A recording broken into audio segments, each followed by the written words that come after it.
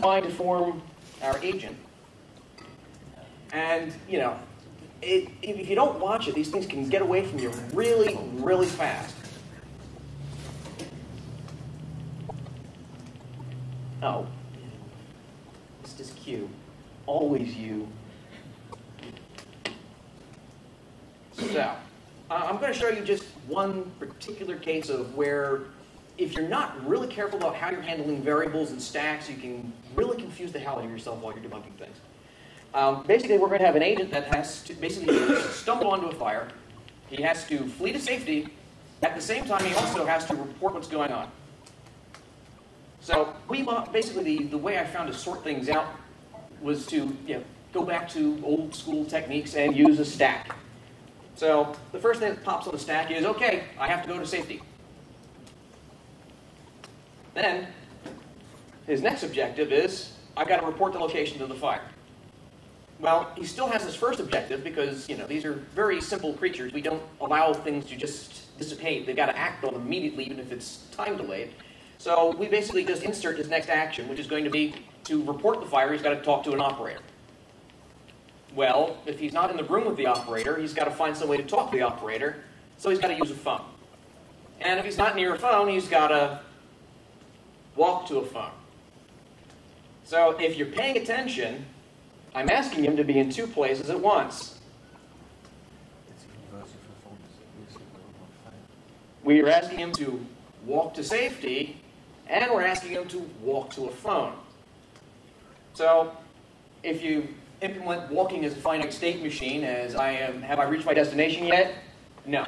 Have I reached my destination yet? No. Have I reached my destination yet? No. It works, but what if we reverse it so that, say, he decides he's going to run first and then call? Well, he finishes his walk loop for running, and then if you're not careful and you decide to reuse your variables in the wrong way, he goes, okay, what's my destination? Oh, I'm there, and all of a sudden the whole thing unrolls and he never ends up finishing his objective because in the process of arriving at safety, he thinks he's also arrived at the phone because you weren't really careful about telling him, no, I've got two destinations. And when you get into these realms, you open a door, a place of sight, a place of sound.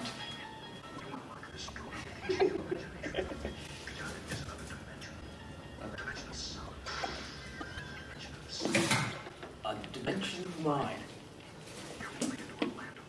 Now, I had this on the script, but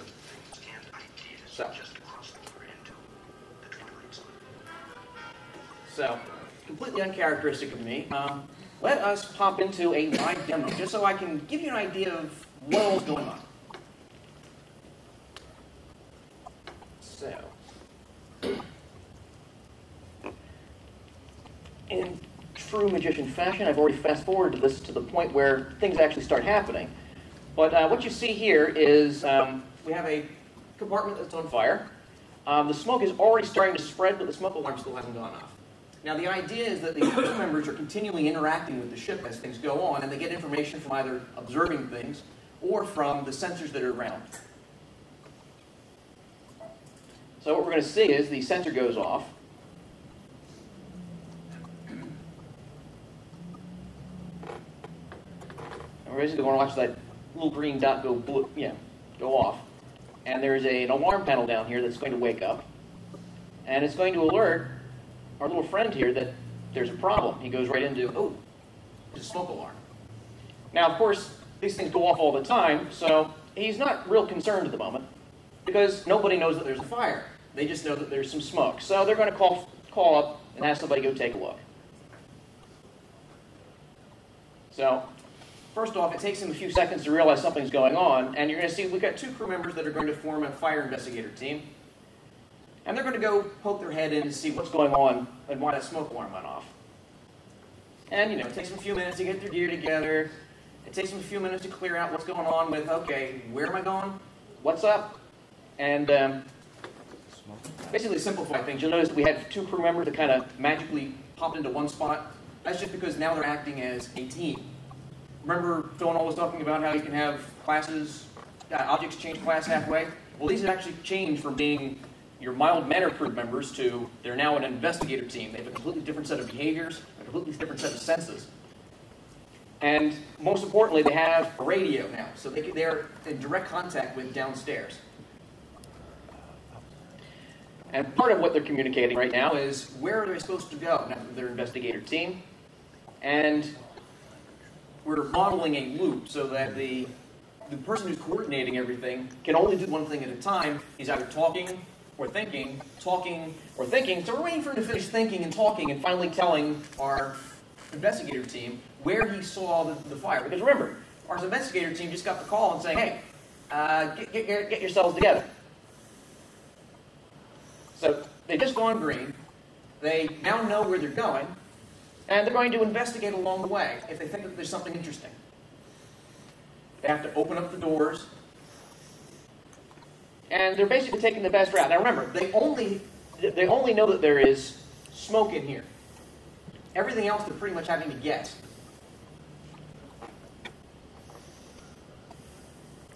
So they're going to walk into that room and they're going to see smoke that they weren't quite expecting. Oh yeah, the other thing to remember is that the DCA doesn't know if it's actually smoke that set the alarm off or, some other anomaly, which is why they sent an investigator team. But let me stop for a second and explain what just happened.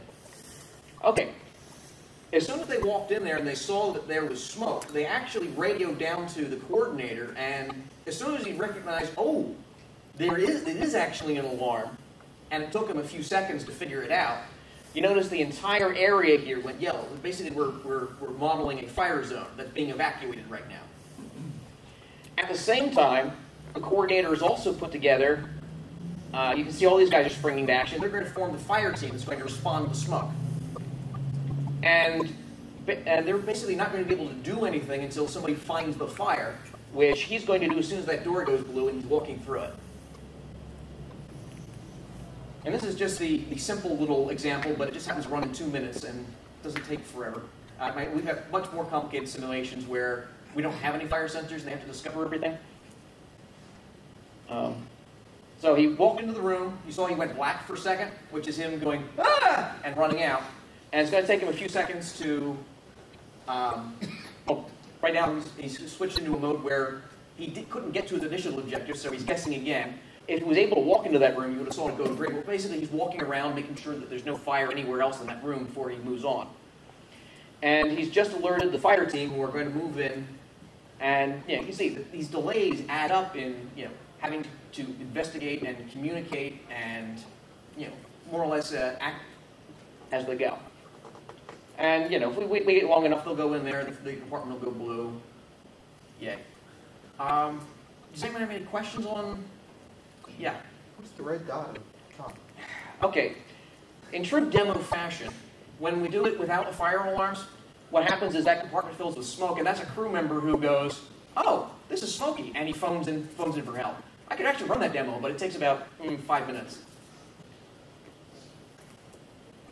Question: why did you go back into the room a second time and then back out a second time? You know those complicated? Oh, okay, never mind. Nah, it's one of those you can explain it as it's a perfectly rational behavior. Now, I think what he's talking about is we walked into the room, walked out of the room, walked back into the room. Well, this is just a demo. We still haven't worked out all the behaviors. But it's a state machine. He's going, okay, I now know where the fire is. Let me continue investigating around. He sometimes is a little loosey-goosey about what he remembers, and sometimes end up going back to a space that he's already been there before. But he's actually supposed to be keeping track of, I've investigated this area, I've investigated this area. One of his escape routines is, he'll walk back out of an area that he came in, and sometimes he'll forget that, oh, that's what I was going for, and just start all over again. So. Yes. Yes, that does sound pretty normal. Yeah.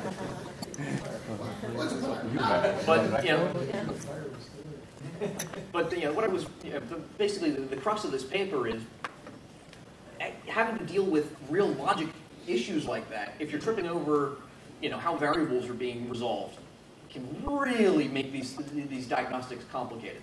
And I almost ended up But basically, I am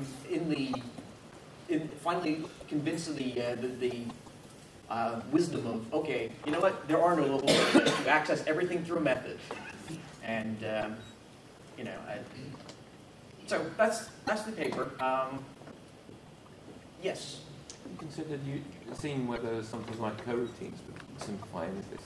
I am curious about them. I don't think our model lends itself to it particularly well because we're doing a discrete time model, so everybody's already being interrupted, and they only do one time step at a time. This is basically being played out like a giant board game.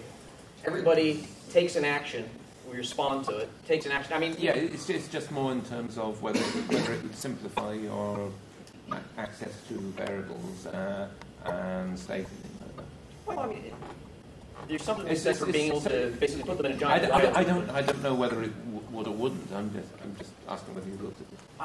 What would complicate is are events like somebody suddenly becoming a work team, because you have to pop out of a class and pop into a new class, and that can happen at any time. We also have to model a fire team going into a place, and somebody tripping and falling over, and then the fire team dissolving as they pull the wounded guy out. So, yeah. If I had a tighter control over reality, perhaps, but because we have to deal with random worst-case scenarios all the time, I kind of have to go back to the brute force primitive. Okay, fair enough. The red guy who's kind of clueless. Mm-hmm. Why is he still standing in a smoke-filling corridor instead of going to say, Well, no, red guys are dead. He's not there. he was a dead body to begin with? Okay. Yeah. So you have a mutiny as well as a fire going on. Oh, of course. He set the fire and died. Clearly. Oh, no. It's like an alien. The alien burst out of his chest in the hallway, so there's the body, and then it went off and got a pot of coffee and then left it on, which led the fire. I guess the simplest way to make sure you didn't report the fire. Oh, sure. Yeah, but again, we use this demo for a couple of different scenarios. One of them is, the fire starts in the same place, but you don't have any smoke alarms, and basically it takes, we're at time step 192. We basically model 1 second per time step. It takes them until about time step 400 to actually find the fire at that point. Whereas here, they're fighting in another 30 seconds. Do any of your scenarios end up with them not being able to put out the fire, and do you see the dots jumping off the ship? It doesn't get that far out of control, but what will happen is if the fire gets large enough, they can't go into the space to attack it, so they're stuck fogging it, which takes forever. But you don't have them going to lifeboats and things like that. We do actually have them going to lifeboats for other reasons. If the ship gets too hard of a list, we do have a lifeboat drill. Not on this one, because this is actually the ship we're modeling is actually a test ship itself. It's something that the Navy just has chained to a pier, and they set fire to it periodically. So we got some really good. Well, but they know how the smoke's going to spread. They know how the fire's going to spread, and they just do it over and over again. And so that allowed us to take out some variables. All right, there we go. And it'll take them about 15 minutes to put the fire out at that point. As the fire gets larger, it takes them longer and longer, and we actually have heuristics on how long and how big. But And the fire will spread to other compartments if they just let it sit there long enough? Do you want to see the demo? I don't think we have time. We don't have time, but there'll be a wow session afterwards, I guess. But it does spread eventually. Oh, it does spread. Yeah, it usually ends up spreading to here. It can go out in the hallway and gets really, really nasty. And then if I'm doing the ventilation properly, it actually spreads above and below deck. So, yeah. Did they ever find the poor dead guy? Well, in my later versions where that's working correctly, doesn't have to be dead. It's just. He's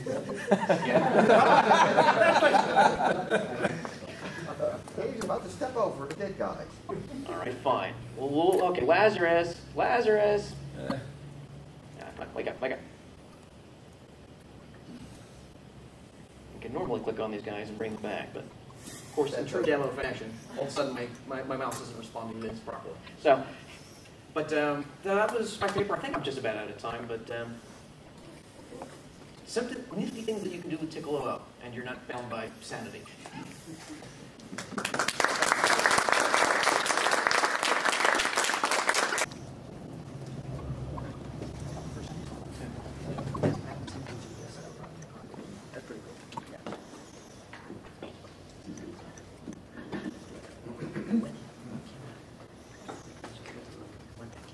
some of code and did some refactoring rework on the stuff, and what you see here is more or less the result in this slide here. What I'm going to talk about is something about background quite shortly. And I picked up 2 or 3 things which I think are important conceptual changes over classical exotical, and tried to focus on these issues. I mean, the purpose is not here to give a detailed whatever introduction into what is exotical, and also was no interesting to do something like a feature comparison, and not going into something like minus beta comparison where you say you have a matrix and you see different things there. And it's really the most thing which is focused here is comparing exotical 1.6, 3 or 4, whatever, with the new concepts which are presented here. And the new concepts is one big item here is what we call here language-oriented programming. I will go to this on a few slides later. Another thing which is rather, let's say, big change also conceptually and a big generalization over earlier versions is a context about parameterization. I will go into this, what we understand here under parameterization, and there are other things happen certainly, which is a lot of refactoring of the existing code, and finally there's as well some evaluation, and evaluation often comes down to, let's say, speed comparison, and similar as Donald before, I have also the feelings that exotical 2.0 is the fastest O system out there, but the main purpose was not really going into, let's say, the speed race, or speed was not the only reason for doing this. It was rather more powerful construct, and as we were the code, we could also improve it, therefore. It was a good coincidence. And I mean, there are other things like, because Donald mentioned it, serialization. Serialization is part of exotical since many years, like 7 years, 8 years. It's part of real-world applications used, for example, in the AOL server. A few of you know what AOL server does, but one of the important things is the AOL server has a thing called a blueprint. A blueprint is a large, let's say, string, which is used to initialize various interpreters. I mean, the AOL server uses this multi-threaded environment, every thread its own interpreter, and it has library functions. The library functions are available in every connection thread, and therefore this blueprint is used to initialize this. And there's crucial to have their objects, persistent objects in a way, and classes serialized there in the right order. And I mean, many of the things are there, and maybe it's also useful for TKO to look at some of these. Maybe they can be reused there. But it's, as I say, this is not the point that to go into detailed stuff there. I mean, what is exotical? It was developed in the last decade, also the last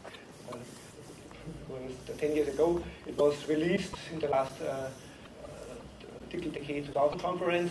We have exotical is, let's say, mostly driven by, let's say, research issues. I'm a person from university, and I'm not paid for making software, but for producing research results, and it was therefore also a goal to, whatever we do, should have something which has some impact. We want to compare with different things, and writing papers about this, how to do things in object-oriented ways, in maybe more interesting ways, was one of the driving forces behind exotical. But nevertheless, up to now, we have 38 releases of the code, and quite a large regression test behind this, therefore it's also some history from there. I mean, exotical is as well used in several commercial products, and one large company is Soren's company, is Archivare, which is in backup systems already since many years, also together with AOL server. We have as well, there are many other examples which I've gone through. We have as well founded a company providing, not really say support for exotical, but which is making a lot of, the primary products, all of them are based on exotical in the day. And I mean, exotical is part of OpenACS, as I said before. OpenACS is a large app framework with database support, about 2 million lines of code. It's built around AOL server. It is used in several, let's say, e-learning systems. I mean, many of the features we did for exotical are not really only for the, let's say, research issues, but we're using in real-world systems, in large systems. That's the message. It's not something which is a small toy which is tried a few times. seldomly, but we use it, for example, in our e-learning system. We have currently something like 2,000 students active there, and from the, let's say, published numbers, it's the most intensively used e-learning systems out there. I mean, which means our students solve per day in the range of 600,000 exercises over the system. I mean, it is just for one day, and solving exercise means you go to a selection of examples. We have a base of the 70,000 examples there, and so select something, and they give some hints, and they solve it. Surely in a real-world system used. And also, this from our company, that people get interested in what we are doing, and it's also provide, for example, for Daimler, so Daimler Chrysler, at this time, and we bought it there, and they use it there with a couple of thousand companies in their supply chain management system. I don't want to go into detail, but they had a problem that the training for all of their suppliers was very costly for them, and they need a highly flexible system to adapt for this. And what we did for our university turned out to be very useful for them, and also speed certainly is behind this. Nevertheless, the primary driven thing is here research goals. And if you look back in the early paper of Exotical, it was the primary driving force was to find ways for providing language support for design patterns. That was the primary things of how you can, let's say, specify behavior across a couple of classes, cross-cutting aspects there in a, let's say, declarative way without a lot of sort of detailed programming. This came up with this concept of filters and of the mixing classes, and we found out that these concepts are very useful for a large range of different problems, and they became more or less the thing which distinguishes between Exotical and other OU languages. And I was also quite glad that Donald took it up for TKO. I think without this, it wouldn't be as good as it is now. And another thing, which is certainly a research goal, which is open in many respects, how to do these ideas of gluing on the OU layer. That means the basic idea of, let's say, having a system components and a gluing layer, which was stressed by John Austerwood. It has new challenges and new problems if it comes, let's say, to the level of object systems, and even more to dynamic object systems, where you are able to change a lot of relations there, and to have systems which are able to adapt while they are working and not having to reboot systems and restart systems. It's also a very important thing in our e-learning systems. I mean, we have many updates during the day, and there's no reason for shutting down the system or for doing, let's say, a restart. You can do everything on the fly. You can change the behavior, which is scary for many people who look at it the first time, but this concept proved to be in large systems less dangerous than it might be, and they're quite powerful, as I said before. Language-oriented programming. One of the things new in Exotical 2.0 series is basic idea is, again, little languages. I mean, the term little languages is somewhat often used for different things. We heard in the opening talk it was, little languages was there, these residual languages, or language not often used. It's not the idea behind this. Another term of little languages are languages which have a small set of basic commands. I think the very early Tiki was in this respect. But the term of little languages of John Bentley was different ones. It was the idea to have, for special purposes, a different language expressing what you want to do there, actually. And it's not it's the opposite of a general purpose language. It is the basic idea, and have this as flexible as possible. Also, at the time when the TKO tips were around, there was a discussion, what does the TKO community really want or need? Is this the perfect OU language? And I can understand people who are claiming for this, or is it something like a OU language framework where you can build easily many different frameworks? And I think it's very hard to say one or the other is the right solution there.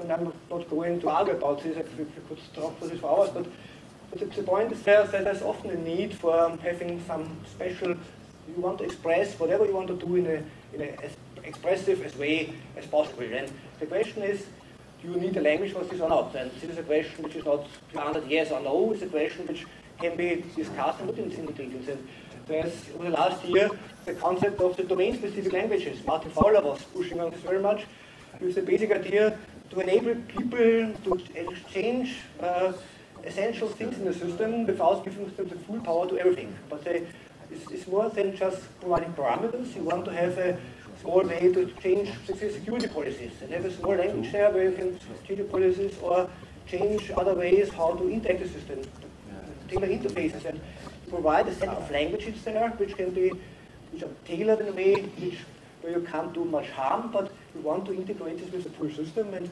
therefore it's a very interesting research topic which is getting more and more support also from industry. And what XOTK does here is takes some of the concepts which are formulated in this TIPS 279 and provides here a couple of extensions. And also at the time when the TIP was done, I was implementing there a version of the XOTK of this time, I think 3.2 most likely, and it already passed the 90% of the regression test. And it was passing all of the critical things there, like for example, the variable scoping regression test and so. I didn't go into the error message stuff, which was rather boring because it's not so easy from the, let's say, high level to come up with the right error messages, which are tested in the regression test. But I think it could be done further. But I have no real, let's say, critical programs for me. Therefore, it was a rather academic exercise for me, not something which is was interesting for push really further. What is now the basic idea of this language programming? XOTK 2.0 allows to have multiple object systems at the same time defined, sharing the same environment. And there's a command, it's called, the dictionary command is called create object systems, providing, let's say, two basic classes. And these classes are here object and class in this example. He is creating the XOTK object system. It's now in 1.6, for example. And these objects which are here they're simply names without any behavior. They have nothing attached.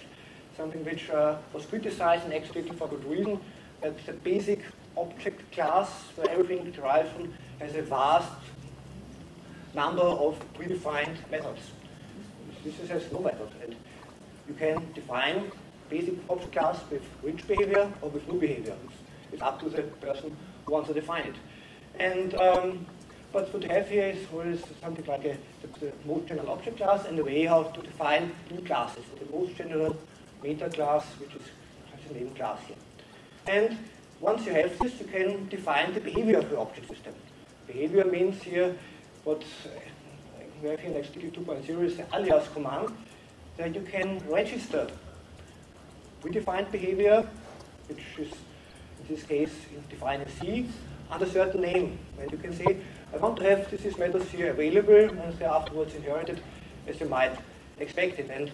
But if you don't want it, you don't have it. I mean, it's just an option which you have there, and it means one can have arbitrary names for predefined behavior. There's no long discussion of things.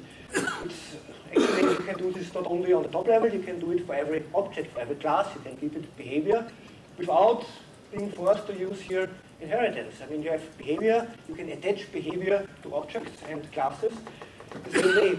And also one nice thing is there's no need for a forwarder. I mean, you can say if you have a forwarder for a different way, you can register it there. There's zero overhead in invoking this, it's there. And it just shows you a very simple example where this happens. And it's also a mechanism where we are also targeting for our release scheduled for this year to have a, let's say, XOTK 1.6 compatible version, and at the same time the same object is XOTK 2 version, which would be really compatible, but you can use both things at the same time afterwards. You have two object systems which are different releases, and you don't have to do weird things of linking things in strange ways together. This is one part there. There's a little bit more about this in the paper. Another thing which is also a big change there is what we call here parameterization. What is parameterization? What I do refer to here. And I mean, parameterization, as this here happens in Tcl, actually in two ways. One thing are the procs, and the procs gets a list of arguments, and this is parameters for a method. And these arguments here, positional arguments, have certain semantics, like for example, you can have default values for the last arguments, you have a varargs interface. It's really boundaries in place, there is introspection possible for this. There's also parameterization for C-implemented commands, which are done per command level. You have there, as a C programmer, an argument vector, and whatever you do as a C programmer with argument vector is your thing. You're writing a code where checking the number of arguments, provide error messages, keeping these error messages, let's say, consistent with some kind of work, and you want to convert arguments, whatever. And one consequence there is the programmer is responsible for the thing, and introspection is not possible there because you can't look into the C program, what happens there. And there's another layer similar to this in Exotical 1.6 and other versions. It is how do you configure objects. If you create an object or a class at the same time, you want to configure it, you want to specify behavior. I want to have this object with these variables set to different values. And or you want to have a class which has a different superclass defined. You want this a configuration issue. And this is also what was criticized very much in the beginning from Donald with the station notation, whatever, but I never thought this really tightly coupled to semantics, but it's maybe a question of how deeply you are in the code to see this. And of course, also, if you have three different ways of implementing this, it's easily quite, let's say, inconsistent, and it behaves differently. And one of the goals was, is it possible to unify these concepts and there's a certain single construct for this? I mean, provide a single mechanisms for all of the things where you want to specify in a kind of a signature